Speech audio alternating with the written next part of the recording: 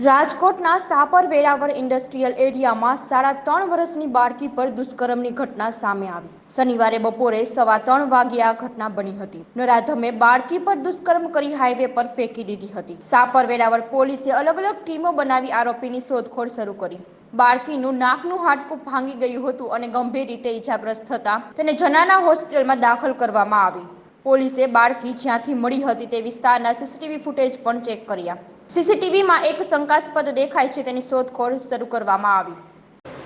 હું સવાર મેં ધંધે ગઈ તો છોકરીને ઘરે મૂકીને ગઈ। એક નાનો છોકરો છે, 12 જ છે, એને મૂકીને ગઈ તો કોઈક માણસ આવ્યો અને છોકરી બહાર રમતી હતી। આટલા વાસણ લઈને ઘરતા રમતી હતી અને છોકરીને એમ કીધું કે અહીંયા તને દુકાનથી મમરા દેવડાવું। એ મમરા એ સામેવાળો કોક હતો ને એ વ્યક્તિએ, ઓળખતી નથી હું ના, ને એ વ્યક્તિ એમ કીધું હાલ મમરા દેવડાવું। તે છોકરી એની કેળે ગઈ, એની કેળે ગઈને પછી આગળ જઈને કંઈ ગાયબ થઈ ગઈ। છોકરા બધા ગોતવા માંડ્યા।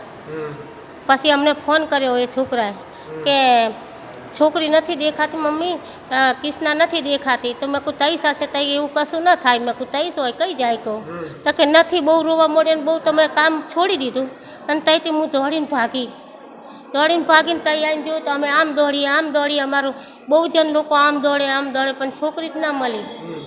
પછી બધા લોકો કહે કે કેટલી કાઢવાવાળા કોક હશે એ લઈ ગયા હશે તો કે કેસ લખો। મેં કહું હું કેસ લખાય એનો ફોટો લઈ જાઉં છું અને હું પોલીસ સ્ટેશને જાઉં છું।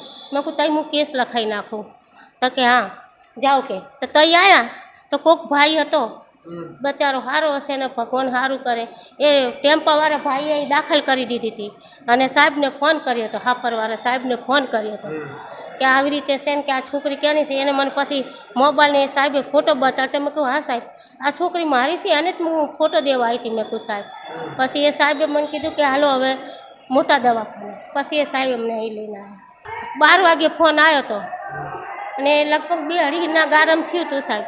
એ કઈ જગ્યાએ બન્યું હોય તો મને ખબર નથી। મેં તો અહીં દવાખાને આવી સાપર મેં, પણ અહીં આવીને તો ખબર પડી મને।